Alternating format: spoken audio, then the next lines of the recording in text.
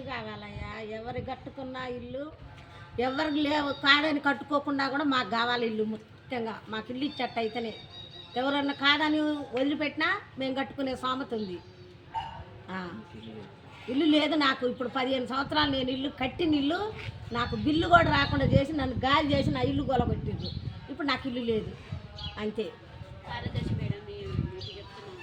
కార్యదర్శి మేడానికి చెప్తున్నా వినాలే.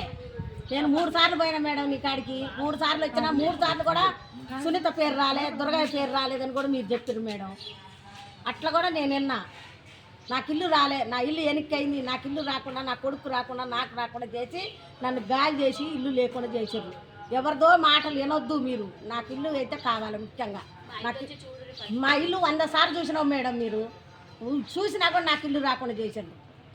ఎందుకు చేసిర్రో నాకు తెలుసు. ఇప్పుడు 15 సంవత్సరాలు నా ఇల్లు లేపి అట్ట పెట్టితే కూడా ఇల్లు వస్తుందని నేను అట్ట పెడితే కూడా ఇంగిత్తరని చూసి పాన తీసుకొచ్చింది. ఇప్పుడు వచ్చే దాంట్లో కూడా నాకు ఇల్లు రాకుండా చేసిర్రు. మేము కలెక్టర్ ఆఫీస్ కాడికి పోయి వచ్చి తిరిగి డేంజర్ అవుతున్నాం మేడం. మీరు ఎట్ట చేస్తారో మాకు ఇల్లు అయితే కావాలి. మేము ఎన్నిసార్లు తిరుగుతున్నామో మాకెరక. ఇల్లు లేక ఉన్నోనికి అదేనా లేను. ఒక్క ఇంట్లోనే ఇద్దరు ఇళ్ళు ఇచ్చిండ్రు. నాకు ఇల్లు ఇవ్వలేకపోయారు. నేనేమన్నా మిమ్మల్ని ఎందుకు మేడం ఇట్లా చేస్తున్నారు మీరు? చెప్పాలి. మీరు ఏదో చెప్తే నేను ఎంపీ జానయ్య ఇంటికి వచ్చి నా ఇల్లు లేదు, నాకు ఇల్లు లేక నేను 100 సార్లు నీ కాడికి వచ్చినా కూడా నన్ను లెక్క చేయలే మీరు. తెలుసా? మీరు నన్ను లెక్క చేయకుండా నన్ను లేదు నీ కొడుకు పేరు లేదు, నీ కోడలి పేరు లేదని 100 సార్లు చెప్పారు మేడం. నేను నా మోడు వచ్చినా కూడా అట్లనే చెప్పారు. నేను విన్నా.